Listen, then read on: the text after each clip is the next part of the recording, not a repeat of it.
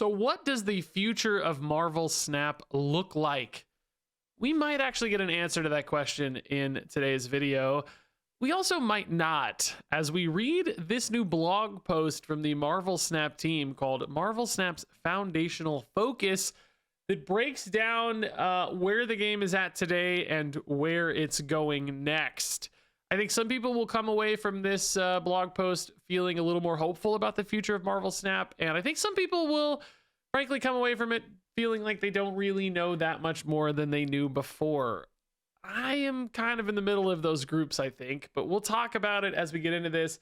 I am going to try to read most of this blog post outright so you can hear it all yourself and then just react and discuss as we go, but I will try to edit this down a little bit, maybe to cut through some of the boring parts or slow parts. So let's go ahead and hop into this. Marvel Snap's Foundational Focus. This was posted earlier today at the time of recording. And as you can see, it's 2026, and we want to share where we're headed this year. It starts with strengthening the game's foundation, like the future foundation. I don't know what that is. They should have probably should have just included a little line about like Marvel Comics is organization that's all about establishing the future or something. I mean, I guess context clues are fine. Anyway, Marvel Snap's core systems are overdue for some work under the hood, and this is the year we do it. Our goal is simple: build a more stable, more responsive, and more efficient game with fewer crashes, fewer bugs, and more room to build a bright future full of bigger and better stuff for you to enjoy. So, like, first things first. Definitely Marvel Snap, the client, the game itself needs some work. It is buggy. It is funny acting. People complain about it all the time. I think some people just literally have a hard time getting the game to run. A lot is wrong with it. So for sure, solving some of that tech debt and making the game more stable, more responsive, more efficient, all that sounds great. That's really important. I do have to say, that does not feel like a great opener here. Your opening salvo in this paragraph, the big thing that people are going to read first, the lead here is, we're going to make the game less buggy. Because that's not actually very exciting or interesting or forward-looking. Like, in some ways, it's forward-looking in that it does showcase an investment in the future, which is nice. I like that. It's not like, oh, we're just going to ride this client into the grave as the game slowly dies, right? So there's some hope to it, I guess. But not really, right? Like, it's not the kind of thing that gets players excited or makes them want to play the game. If anything, it just kind of reinforces how bad of a state it's in. And it's like, yeah, it's gonna suck for a while. So I guess that's fine. Like, they're being realistic about it. Like, I respect that side of it, but it's not exactly the strongest like opening punch here that's like, yes, Marvel Snap's future is awesome. It's like, the future of Marvel Snap is, it's going to play okay. Which, improvements are improvements. Try not to be a downer. It's just like, yeah, okay. So anyway, 2025's big pivot. If you were around last January, you probably remember the US downtime, aka the snapping. That was a turning point for us. We realized that if we wanted the great power of supporting Snap and the community for years to come, we had to take on the great responsibility of publishing the game ourselves. We got a lot of, okay, but what does a publisher actually do questions. In short, the studio builds the game, the publisher helps the game succeed through marketing, distribution, customer support, and the web shop. When we stepped into this role, we had to build all of that for ourselves. Taking that on was huge. We had to create brand new teams across support, marketing, and built our own web shop and more. Even with a team full of experienced people, every one of those new publisher pieces came with its own challenges. We had to figure out what made sense for Snap. Last year was one of transition, and we didn't deliver in the ways we wished we had. We fell short on both your and our own expectations in certain areas last year, from the Kid Omega pricing and communication, web shop complications, and overall technical performance, to list a few. But by the end of 2025, it felt like we had our feet under us again, and we were ready to sprint into 2026. Moving forward, we want to be sure Snap remains your forever game. Which, yeah, good little recap here. For sure, the whole snapping scenario was crazy, unexpected, kind of. I mean, I guess there were some hints maybe, but certainly for us, maybe unexpected. I would thought maybe the Marvel Snap team was going to be more prepared to handle that. We've kind of gone down this whole conversation before. I was a little surprised how surprised they were, I guess. They were kind of exposed to some risk there in the political climate that had been expressed for a while. So you hoped that maybe they were a little more equipped, but still unprecedented. I'm not going to hold any, like you can't hold that against them too much. Totally unprecedented sort of thing to try to get you to get a handle on. And they have certainly, had to undertake a lot, as written here, to self-publish. And there is a lot that goes into that. And, ultimately, I will say a lot of the things they talk about here probably have not been people's biggest complaints, though. You know what I mean? Like the things that they took over have not really been the things most people have expressed problems with in the game, if that makes sense. Like, I do know there are some people who have a hard time with customer support, but it's not like a lot of the complaints are around gameplay, monetization, progression stuff, which that was all already happening with them. You know what I mean? Like the whole Kid Omega thing. I don't know what this has to do with self-publishing, right? Kid Omega pricing and communications should have very little to do with self-publishing, perhaps the communication side of it from a marketing standpoint, but like that's handled in your publisher's not determining the pricing of your Kid Omega, right? Like that's happening within the studio. I'm certain, right? Especially because the publisher wasn't even involved at that stage as far as we know, right? So like, I don't know, like a lot of challenges here. I understand a lot of these things had to get worked on, but the biggest problems that a lot of players experience, also including the technical stuff, right? Like the tech debt and the bugginess, again, it shouldn't be related to publisher. None of these things fall under that responsibility, right? Marketing, distribution, customer support, web shop. Those were all things had their own independent problems, but not really the core problem. So like, it feels like a scapegoat almost a little bit to put that on the publishing side of things. But a lot of the core problems that the core player base, again, there's this whole kind of divide between casual and really engaged players. If you're watching this video, you are frankly a very engaged player, or a former engaged player at least. A lot of the complaints from us, from this core engaged or former engaged player base, had very little to do with this. Like, we don't really care. I mean, I have complained about marketing stuff, of course, but like the average player doesn't really care. They're already in the system. Customer support has had some complaints. Web shop, I mean, I don't even know how many people use the web shop, maybe more than I think, but all seems like secondary to a lot of the problems and a lot of the snafus that happened in 2025 and certainly before as well. So yeah, I mean, for sure, big change, respect to taking it on, like, cool. Hopefully that creates more opportunity for later. I don't know if we're seeing the fruits of all that yet or anything, but also I don't want to use that as a scapegoat either, right? So, here we go. Next paragraph. Okay. It wasn't only publishing work. The cards are the whole game. They're the heart of Marvel Snap. Last year, we added around 100 new cards, and the goal wasn't just more cards. We wanted each one to feel like it had its own job, not just float around as filler. I'm sure we can think of a few examples there. Cobra. I mean, I guess he does have a job. It's not a very useful job. We learned a few big things. Players want new gameplay, whether it's weird rules and limited time modes or brand new mechanics. Players are hungry for things that feel fresh, not just slightly different numbers. I think that's very true. Yeah. I mean, cards can definitely deliver new gameplay, and they're going to talk about that a little more here. But I do think having other ways to slice it with game modes and stuff is fun for people. I actually just really like the core gameplay with cool new cards, so I'm a little bit unique there, but definitely good to add more gameplay, more modes. Making a totally new archetype is harder now. The card pool is bigger, decks are more refined, and players optimize fast. So if a new card is supposed to create a whole new deck type, the bar is higher than it used to be. Which, yeah, that's true. I mean, we're going to see a new archetype this month, maybe with like the rock stuff, right? Ozymandias, kind of a whole new rock deck. I'm trying to think of like new archetypes that existed. I mean, like Horde is definitely a new, like the whole like Horde deck is definitely kind of a new archetype. Activate hasn't really necessarily been its own archetype. Aurora has come in as kind of a new archetype lately. It's kind of a mixed bag of stuff.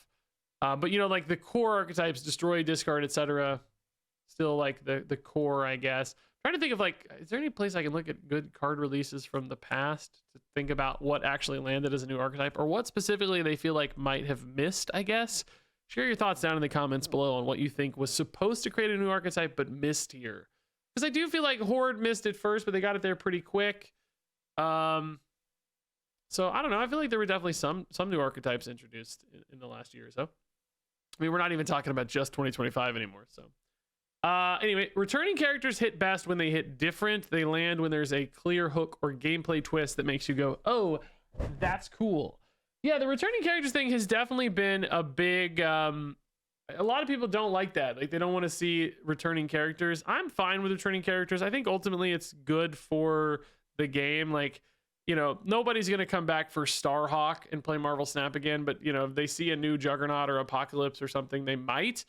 I just think that the problem with it is like confusion around variants and stuff, how some of the new cards are also old variants. You know, Headpool was a variant, Ramatot was a variant, that sort of thing. So that does add like a little bit of confusion. I wish there'd been more clarity from the beginning, which is funny because I remember distinctly a lot of people asking them early on. It's like, hey, these variants could be different characters. Why are they variants? They were like, no, we've got plenty of characters. Don't worry. We won't need to revisit these variations of Spider-Man or Kang or Apocalypse or whoever. Don't you worry. Don't you worry about it. We've got this under control. And then like it only took like a year and a half. And they're like, oh, actually, yeah, we are gonna go ahead and use some of these variants as unique characters and cards. So that's a little frustrating when everybody else saw the writing on the wall, but they didn't. But ultimately, it doesn't bother me as much. I do think it's nice when they feel certainly distinct or thematically connected. Like Horseman characters this month, I think is pretty cool. It's nice when you kind of have like a keyword you can call them, like Horseman Gambit, right? Or First Steps, Mr. Fantastic or whatever, as opposed to just like a random thing. If it feels like they were part of a batch, it is maybe a little bit easier to separate them that way. On the game mode side, we made a big jump in 2025, going from 2 to 6 limited time game modes. The variety feels strong and the cadence is in a solid place. I can't disagree with that. Not the biggest game mode guy, but I do feel like there's enough variety there that people get some spicy stuff. One bigger win than we expected was pre-built decks. They've been great for the modes and an easy on-ramp for new and returning players who can just jump in and play without spending an hour figuring out what they should run. I've talked about this a lot, like having that low friction entry point is really nice because some people, you know, just don't want to have to spend all that time building a deck. They just want to hit the button and play, right? You're hiding the gameplay behind this other gameplay, which is deck building, which card games, of course, want to have deck building, but we've seen so many other genres kind of optimize out all that sort of system stuff and just get you right into the actual gameplay experience faster. And I think or actually go the other direction and make the deck building the primary game plan, which is like what auto battlers do, for instance, and those don't require collections, which is great. Shout out Skyshard. But you know, I get it, like giving that skip option basically, particularly for returning players who don't want to have to feel like they have a huge collection to have fun, is great. So for sure a big win there. We also added event premium passes so limited time game modes can continue to grow and be supported long term. We're already seeing the benefits and we'll keep polishing the experience so it consistently feels like a great value. Yeah, I guess I'm fine with, you know, I don't really like any of the monetization in Marvel Snap really, or mobile games in general really, but like, yeah, I know the limited time game mode passes don't seem like the most egregious sort of thing. I think people are generally okay with them. I buy them right out just to get the card immediately so I don't have to play the game mode, right? So, you know, it's like 800 gold. Is that like $10 or something? $12? I don't know. For a card. Again, in some ways, I think it's crazy that one card costs $12 and I'm going to make a whole video game and sell it for $12. Like, that still blows my brain a little bit, but, you know, it's different. I get it. You know, people love Marvel. It's polished, you know. So I'm okay with it. In the scheme of Marvel Snap, $12 for a card is cheap. The problem is the cards suck lately, dude. I think they got to give you some good cards in these game modes or it's just going to feel like it's just don't do it. Maybe Ozymandias is going to break that trend this month. It seems like he could be good and he's from a game mode, but like Starhawk and stuff, nobody wants this card, you know? You're gonna, if the incentive doesn't motivate, nobody's gonna buy these things, right? And then they're gonna blame engagement and all this other stuff. People don't like game modes and then stop supporting it, right? A lot of the like problems are derived from decisions made and like often blamed on the player base's reaction to it as opposed to like the core problems with it. So you got to give people good cards if you want them to care about the rewards, right? Cards for card's sake don't really actually matter, I think, to anybody. Just, I mean, literally, this is actually the state of it. A lot of players say, I don't want Starhawk, I just don't want him in my packs. So like, you're literally forcing people to get these objects they don't want just so that their future odds of getting the objects they do want are marginally higher. That's not a good reward system, right? Imagine like going to the grocery store and you like want to buy an apple or whatever, and you have to buy this brown bag with a random fruit inside of it, right? And it's like, well, I don't know what fruit I'm gonna get. I really wanted an apple. And it's like, well, if you buy these grapes, you can't have grapes in the bag anymore. Like, you know, depending on the number of grapes we sell, there may be fewer grapes to put in the bag. So it's just like, I don't know. That whole thing is weird. So Yeah, I think that's really the problem there. Make the cards more meaningful, right? So speaking of card acquisition, better with room to grow. Okay, quick check-in on card acquisition, because this is where a lot of the how does Snap feel day to day lives.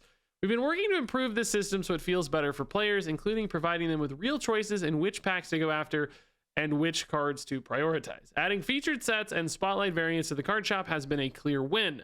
They give you more ways to spend tokens that feel cool and useful instead of, guess I'll just sit on these. I want you guys to chime in on all of this stuff, because my perspective is so warped. I'm in a completely, literally one of one experience in the entire world of how I engage with Marvel Snap, right? I don't really have a great perspective, but they seem to be suggesting the people's problem here is they had too many tokens to spend. I don't think that's really been most people's problem. I feel like most people are thinking, I don't have enough tokens to spend. It's not like I'll sit on these. It's like I want agency because I'm desperate to get what I want out of my tokens, not agency so that it's like I have more things to spend all of these. Why can't I hold all these tokens? That was never really I mean, I think there are probably some players that are like that, like hyper engaged people who spend money on the game. I'm sure didn't have a way to spend tokens, but like, that's not the average player's experience. How do I spend all this money? I need more ways to spend all this money. I don't know. Anyway, that said, the biggest complaint we still hear is pretty consistent. Okay, here we go. Catching up to the meta is tough if you're new or coming back from a break. Even if you're doing everything right, it can feel like you're always a step behind. Yes, that is what I hear. That is actually, yes, for sure, the biggest complaint by far. Whether you're coming back or not, it's just really hard to keep up. We agree that's not where we want things to stay. We're working on ways to improve that in 2026 so new and returning players can get to the fun part faster without feeling like they're climbing a mountain first. Like, look, yes, of course, that's great to say. That's great to say. We've all been saying this for 3 years or whatever, right? That's awesome. That's the sentiment for sure. But that is so empty right now because they've been saying the same thing for 3 years. We're working on ways to improve that means nothing. People need details. They need plans. Like, they need them faster too. Like, you know, ultimately, I do agree that the acquisition is better than it used to be. I know some people debate that, but I think the numbers bear it out. You know, I'm not shilling. I think the numbers just bear it out. The pack system, I think, is numerically better value than spotlights. Maybe sometimes it feels worse. Certain people say it feels worse. I can live with that. That's fine. Numerically, I think it's better. So I do think it's true that card acquisition is better. I don't think they're lying about this. They're certainly not lying about the fact that it has room to grow. I think it needs to be 10 times better than it is, right? Way better. And I think it needs to be better in like big chunks. Not just like, oh, you're going to get one extra card per month or whatever. Like, yeah, technically that's better. But that does not change the end experience of the player all that much. Like, tiny little incremental improvements is what Marvel Snap always seems to want to go for, where it's like, yep, you get an extra 500 tokens a month now. Boy, oh boy, the game's way more generous. And it's like, well, sure, numerically it's better, but if it's not actionably better, what good is it? In other words, like, you know, okay, I get one extra card a month or one extra card every 3 months or whatever. That doesn't help me build a deck in a meaningful time frame, right? Like, I need a deck every month. I need a gameplay experience that hooks me regularly, right? Not this little drip feed of marginally better things. Now, you know, I'm sure Marvel Snap's argument is like, we can't afford to give you an entire deck. That will break the ecosystem or whatever, right? Like, that breaks our economy and play, you know. I understand they have math to guide their decisions, and they have, you know, it's a business. I get it.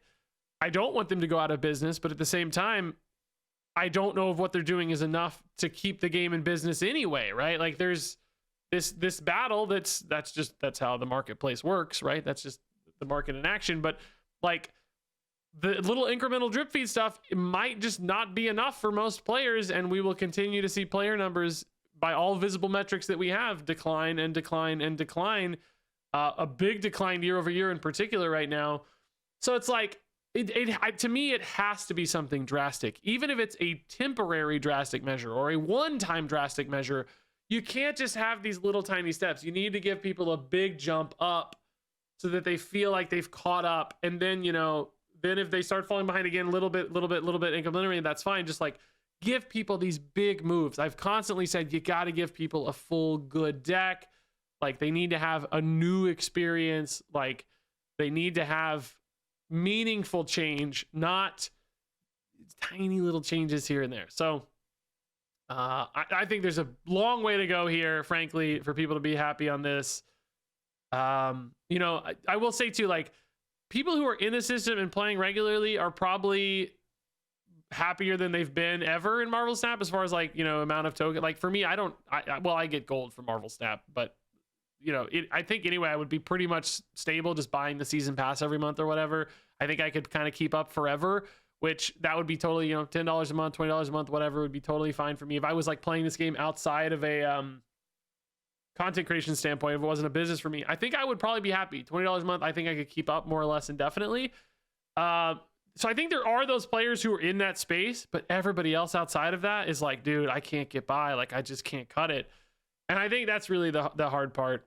So I don't know, man. Long way to go. Room to grow here, I think, is still, there's just something clashing between certain parts of the player base and the Snap team that just doesn't seem to line up. So anyway, new year, new focus. Wait, guys, it's March.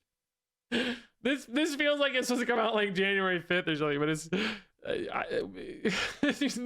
2026. I mean, it doesn't matter. Anyway, 2026 is about the foundation. Snap has a strong content rhythm right now, monthly season, new cards, 6 rotating limited time game modes. But for 2026, our main focus is making the core foundation of the game even stronger.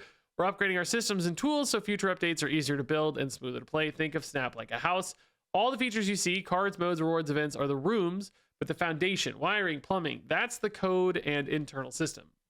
With that underlying infrastructure is modern and well organized, it makes updates and remodels easier and of higher quality. We moved fast to get Snap into your hands and then kept that pace after launch to keep delivering. Now we're taking time to refine and reinforce the underlying systems and investing in under the hood work that makes everything feel more seamless, more stable, and easier to expand going forward. That's tech debt, and it's time to clean it up. So again, here's another whole paragraph about this tech debt stuff, which again, it is important. I don't want to write this off. Like the game feels really bad to play a lot of times, just how buggy it is and everything. Like, of course that's important, but it's also just not that exciting for players, because you're basically saying we're getting the game to the minimum viable state it should be in. The expectation when you download a game or whatever, play a game, is that it will work. It should function, right? And of course it does ultimately, but like fixing bugs, in other words, is not a feature, right? It's just a base expectation. So writing paragraphs about, making sure there aren't as many bugs and stuff doesn't really feel exciting for players to hear. It's like, okay, you're just catching back up to baseline expectations. That's not a reason for me to like get invested in the game or be excited about the game necessarily. They do posit it as a sort of, this allows us to build later. So like, but again, that's just saying, hey, the exciting stuff is still a long way off. Like we got to get caught up before it gets exciting and interesting to you. I don't necessarily love that messaging. It may be true. It may be accurate. Like, I guess respect for the accuracy there is like, hey, the exciting stuff's not here yet. Fair. But at the same time, just not exciting yet, right? It's just playing catch up. Okay, there you go. I do like that sometimes our challenges and our doubts are being answered as we read the article. Like that's good. That does show some awareness of like, the natural response or inclination of the player base here. So cool. How does that affect me? Even though you won't see tech debt cleanup as a flashy feature, you'll feel it when you play. Here's what we expect this work to improve. I'm not going to read all of these, but more room for new game modes. I mean, yeah, some of this feels again just like a baseline expectation. You've added new game modes. I mean, I guess there are different kinds of game modes that become possible as tech upgrades happen, but again, at the same time, it's just like this is basically saying we're so behind that all the things you want, this is in the way, right? Like it's just all delayed. Like these all sounds like things I want: new mechanics, new game modes, right? Reruns of that doesn't sound that exciting, but like just not that compelling, right? And they're acknowledging that. That's cool. I get it. Well, a lot of the team is focused on this work. The Snap, with the fast matches, new cards, and new seasons is still rolling all year. Below, we'll dig into some new content and features on our workbench right now. So this is perhaps the more interesting part of the article, all this way down. Although we're kind of talking about right now. This month in the X-Men Origins of Apocalypse season, we've introduced a new keyword, objective. You guys have already seen and know how objective works, so I'm not going to read this paragraph.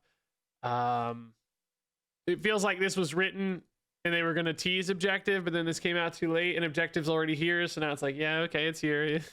Keywords are great. I'm not, again, not complaining. I love new keywords. I think it's a pretty good one too. I think it's fun.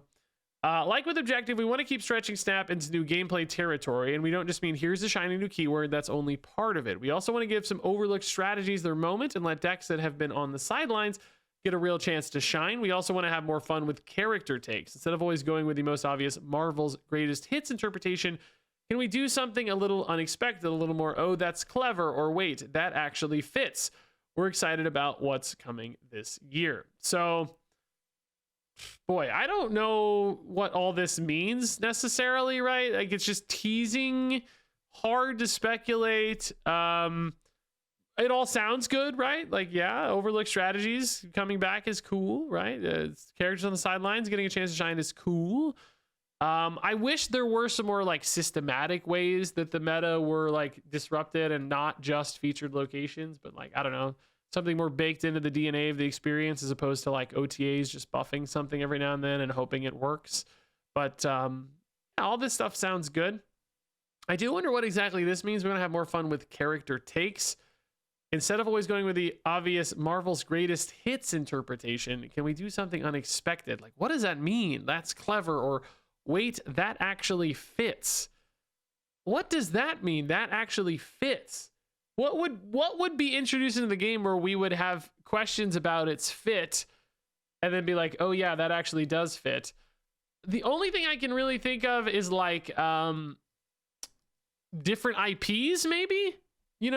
For instance, Star Wars is, published by Marvel Comics, right? Star Wars comics have been published by Marvel. Star Wars owned by Disney, Marvel owned by Disney, right? So like, does that mean Star Wars characters could come into Marvel Snap? Like a multiversal Star Wars thing, right? It's Transformers. Was it published by Marvel? I don't think it is anymore. Transformers comics, just that's not owned by Disney. That's owned by Hasbro. So that'd probably be tough. But there is, Disney owns a lot of IP and stuff. Maybe I don't know. We've seen like Glenn answer this question before about like on Discord. He said like Marvel Snap is a Marvel game. We pay for the license or something, like, we wouldn't use other characters or whatever. But I don't know. Look, I'm not the biggest fan of that. Like Hearthstone has done that with other Blizzard properties, right? We've seen like StarCraft come into Hearthstone. To me, it always like clashes a little bit, but by God, other card games do it all the time. Like Magic the Gathering, of course, does Spider-Man, Teenage Mutant Ninja Turtles, all this stuff, right? So I don't think it's impossible. I would be more okay with it in Marvel Snap than like Hearthstone, for instance, because Marvel Snap is already just like such a mix of like eras and there's multiversal stuff, and it doesn't really feel like rules really matter as far as like characters that show up, right? Hearthstone always felt like a little more within its universe and stuff. So I don't know. Maybe that's what that means. I can't really guess. What do you guys think that actually means? What does this indicate? I hope it's not just like goofy stuff, by the way. I don't want it to be like, oh, Marvel characters, but they're all cats. Like that's like variant territory, right? If we get a season that's all cats, it's gonna be a tough season, guys. I don't want that. I can deal Star Wars. That'd be cool. I can deal with Transformers or something, right? What else does Disney own? I don't what Disney IPs? Like, let's look up Disney IPs, right? Assets owned by the Walt Disney the corporation. I mean, dude, this is the worst. Well, there's like Pixar and stuff, right? Of course, like literally Mickey Mouse, like Pixar character. Maybe the Incredibles, right? Like superheroes owned by Disney, right? They've bought so much stuff. I know that's not the only examples. Avatar owned by 20th Century Fox, owned by Alien, Kingsman, Alita Battle Angel, X-Files, Simpsons, Family Guy. That's all the Fox stuff. I mean, Peanuts. 28 weeks later. Something's 127 hours. That would not be a particularly exciting IP. I'm just looking at a list on Reddit. Anyway, it doesn't matter. Anyway, let's move on. Season, same rhythm, fresh new twist, new game modes. We've got a fun year lined up. Well, we're not spoiling everything yet. Here are the season names we can share right now, which is pretty cool. X-Men End of Days in April. So that's going to be another like objective month. Daredevil, we kind of saw in the leaks. June is going to be a beach bash. So some probably sea-themed, water-themed characters. Spider-Man Brand New Day in July, probably for the movie, I guess. August is Fractured Frontier. I don't know what that means, but let's Google that real quick. Fractured Frontier, Marvel. Boy, that's not a thing in Marvel as far as I can tell. Googling that doesn't mean anything. Okay, that could be an interesting idea for maybe that's another property. I don't know. Axis Inversion, that sounds like a Marvel thing, right? Axis Inversion, Marvel. The Axis of Evil Avengers type stuff, I guess. October, Zombies versus Vampires, which is very cool. We probably will see the Horde mechanic come back there. We thought that might be like a Halloween thing happening every year, so they get to revisit that keyword. November is Defenders of Avalon. Is that a Marvel thing? Defenders of Avalon. Oh, that's going to be probably King Arthur themed again, right? Avalon being the land of all that stuff. Yeah. Brian Braddock is Captain Avalon as well. Yeah, it's probably be that. And then December is Avengers Doomsday, which that could be, if that movie pops off, that could be a big month for Snap, but I don't know if that movie's going to pop off. We'll see. The basic seasonal setup isn't changing. Each season still comes with season pass, new cards, game modes, variants. The cadence is one of Snap's biggest strengths. We're not messing with it. I agree with that. I really like Marvel Snap's cadence. So there's new stuff to do all the time. Some card games do not do that well. That's always been welcome in Snap to me as a content creator, especially. But I think even as players, it's nice. As long as it's not too demanding, which really it's only demanding from a keeping up with progression standpoint. The actual content itself doesn't have to be demanding. They just tie it to demanding requirements of your time. That's the hard part. That said, we don't want limited time game modes to feel repetitive. Every now and then, we'll tweak the rules on existing game modes with small changes that'll keep them fresh without reinventing the wheel. Sure, that sounds fine. It's too early to get specific, but we are working on new game modes, including one that people have been very loud about wanting, Draft Mode. The big difference with these is they're built around new deck building rules that haven't been possible in Snap before. So maybe that's where some of that tech deck comes in, where it enables things like Draft Mode. That would be a little more exciting regarding the tech debt stuff. I don't know how connected all that is, but you know, Draft Mode. So they've actually talked about this already on Discord a little bit, hinting that Draft Mode might be coming. They've talked a lot how they didn't want to do it for a long time, and then they finally decided to, maybe figured out some system that works. I'm going to tell you right now, I will play Draft Mode. It could be amazing. Because draft modes can be super fresh. If you don't know what a draft mode is, just real quick recap. Basically, that's where you kind of build your deck on the fly. Like Hearthstone's arena mode is a good example, where you get offered 3 cards, you pick one, you get offered 3 cards again, you pick one until you get a complete deck, right? So maybe you'd get offered 3 cards, pick one up to 12 times. So you'd see 36 cards and build a deck of 12, right? So you just, as you go, you're trying to build a deck that gets, synergistic just based off random choices and based on your decision making and then executing those plays, you beat your opponents, right? Draft modes can be great for players without collections, because you can just get offered every card anyway, right? So you get to experience new cards. That's awesome. They also, of course, offer really unique gameplay experiences every time, because your deck's never going to be the same and it's not going to be a meta deck. All great things. I love draft modes. I'm making an auto battler. Auto battlers are basically draft mode games with like an economy system built into them, and like different gameplay execution, because the battles happen automatically. So I like big time draft mode guy. The problem with this is in Marvel Snap, I worry that like Snap's core gameplay system, where you're not, doing traditional card game things like attacking your opponent, but contesting locations and stuff. It's really satisfying because often your opponent's cards, because there's simultaneous turns and not this pass back and forth that happens in most card games where they do a thing and you react and they do a thing and you react. That's much better to unknown entities, because as they're playing cards, you're seeing them and then getting time to react to them. In Marvel Snap, with simultaneous turns, you're not going to have that. So it's kind of like Erisham, where you really never know what your opponent is going to have. which makes, I think, your own plays feel a lot less satisfying, because suddenly it's less about like, oh, okay, I know they have a 12 power card. They're going to play that 12 power card left. They're going to play a 3 power card right. So if I beat that 3 power card right, that 12 power card left, I can do this, blah, blah, blah, blah.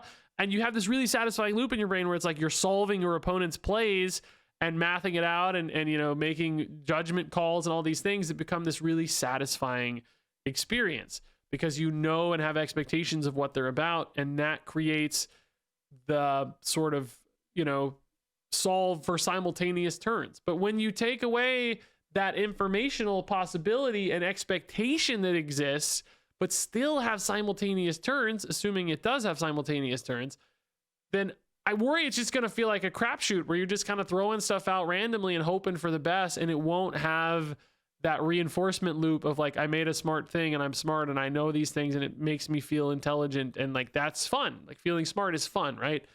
So I don't know. Feels like a big problem to solve for me from a game design standpoint. Like I don't know if simultaneous turns work well for randomly derived decks. We'll see. I don't know. Maybe they figured it out, right? We're also working on both revamps of existing features as well as brand new ones that we'll share more about when they're closer to being ready. As a preview of Tuesday's patch notes, we'll be adding back value to weekly Alliance rewards. After making changes late last year to Alliance rewards, we've heard player feedback loud and clear. PMVs will be added back to Alliance reward rotation, which I know a lot of people have complained about how the Alliance rewards got worse. I just don't engage much with that at all. I think a lot of people don't really care much about alliances. Other people do, but I will say the one thing about alliances is that they are a great gauge of how active players are. All these people say everybody in my alliance stopped playing the game, which dude, that sucks. Like for Marvel Snap, they don't like people having visibility into other people quitting, right? I wonder if they totally regret alliances altogether for that and other reasons, where it's like, you know, they're great when the game is active and everybody's there and engaging, you're seeing all the activities, like, man, everybody else loves Marvel Snap. But when you're in a 30-person alliance and 26 people have quit the game, it's like, dang, dude, all my friends left. I don't know if I want to play this anymore. Like everybody else is pieced out of Marvel Snap. So it's this like very visible sign of decline that's right there in the game reminding people. And then they went ahead and took away rewards, which, you know, further spiraled that. It's like, well, that is something that might make more people quit or be frustrated. And it's like, shoot, man, I don't know. So the alliance thing, I don't know if the game needed alliances. I just give people those rewards. I would not have done alliances if I was Marvel Snap, but that's because as a player, I don't really engage with them too much anyway. So I know some people probably love them. That's cool, but I don't know. Just interesting. So that's all we're teasing for now, but we'll share more later this year. I do wish with these things there were always more concrete things to show. All of this just feels like, hey, there's unrest among people. Numbers are soft. Let's put out a message and like try to buy a little trust, buy a little goodwill, buy a little hope from the player base, but without like concrete things to look at. Like I want to see a screen showing me draft mode. You know what I mean? Like I want to see that. I want to hear specifics about, like, I want to see some cards that are coming up this month, some new keywords, some new mechanics, right? Like the content is what makes people excited, not the promises. It's really hard to get excited about promises. It's really easy to get excited about, you know, a Spider-Man card from Brand New Day, or like, you know, throw me an Avengers Doomsday card. I know they're probably not done yet, so I get it, but you understand that the sentiment here is like, people want to see things that they personally get to engage with and they can imagine themselves doing and an experience they're having. Just a bunch of words about like things that might sort of kind of could happen later. It's really hard for people to feel excited by that. Maybe it builds a little bit of hope. I think for me, the biggest takeaway might be that like they're at least planning future things. They're doubling down on investment in the game, all of which signals like, hey, we're not just, you know, death spiraling here. We want to make sure we're keeping the game going and, you know, healthy and surviving and like making decisions for the future, not just short-term decisions. Like that is the signaling that's most important to me as a content creator. That said, at the same time, that's always your intent, right? All these game studios that fail, these games that die or the plug gets pulled, none of them are like, you know, especially for the people like writing the blog posts or the developers, right? None of them want to lose their jobs. None of them are planning for failure. So you always have hope, and you always say like, yeah, we got things planned, right? Like we saw Highguard come out recently. This is an example I've used a lot, right? They had a 1-year roadmap for the game. Like they thought they were going to at least support the game for a year. They had a plan for stuff. They had content. They had stuff baked ahead of time. They had probably seasons planned out for a year, right?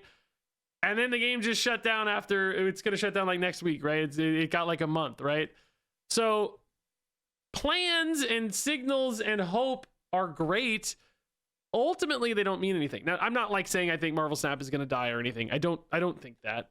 That's not my expectation. But at the same time, it's like, again, I think you just need a little more than just an article at the end of the day, if that makes sense. Like trust and goodwill and hope are built based on actions, not words. That's true in life and in games, I think, right? So I just like, this is fine to put out. It's cool. It certainly doesn't hurt anything, I don't think, but I don't know if it's enough just yet. So anyway, final thank you here. We want to shout out the Marvel Snap creators. It's me, guys. It's me. And the Snap communities on Discord, Reddit, and everywhere players discuss the game. Your feedback, dedication, takes, and ideas. Takes, I like it on there. Even when they're blunt, genuinely help the game get better. To everyone playing and reading this, none of this works without you. The feedback you share, the things you love, and the things you don't all shape the future. We're building it together. Yeah, I mean, okay. Yeah, that's nice. That's a good note. So, okay. Yeah, that's my take on all this, guys. What do you think? What does this mean to you? Does this make you want to return to Marvel Snap if you quit? Does this give you faith in the future of the game? What are you most excited about for new content? How do you think they're going to solve draft mode's problems? Which of these seasons sound cool? Which cards do you want to see? Share all those thoughts and more down in the comments below. I'll be here either way, guiding you through your Marvel Snap journey, good or bad, dead or alive. I mean, if the game ties, I guess I won't. But otherwise, I want to ride it out to the end, because ultimately, for me, I will say all the problems, all the headaches, all the things that have annoyed me and gone wrong, all the frustrations, I ultimately still think Marvel Snap's core gameplay is my favorite card game. I just really like playing the video game. I hate all this other stuff. I hate having to talk about it. I hate having to think about it. I just want to have fun playing the video game. And I'm doing my best to make you guys a lot of fun videos, even when the meta is annoying, even when I'm not as engaged with certain cards or meta decks or whatever. I'm still trying to be creative and show you guys some cool stuff. So succeed or fail, I'm doing my best. So hopefully you'll stick around with me and have some fun either way. But thanks much for watching. Share all those thoughts down below, and I guess I will see you around.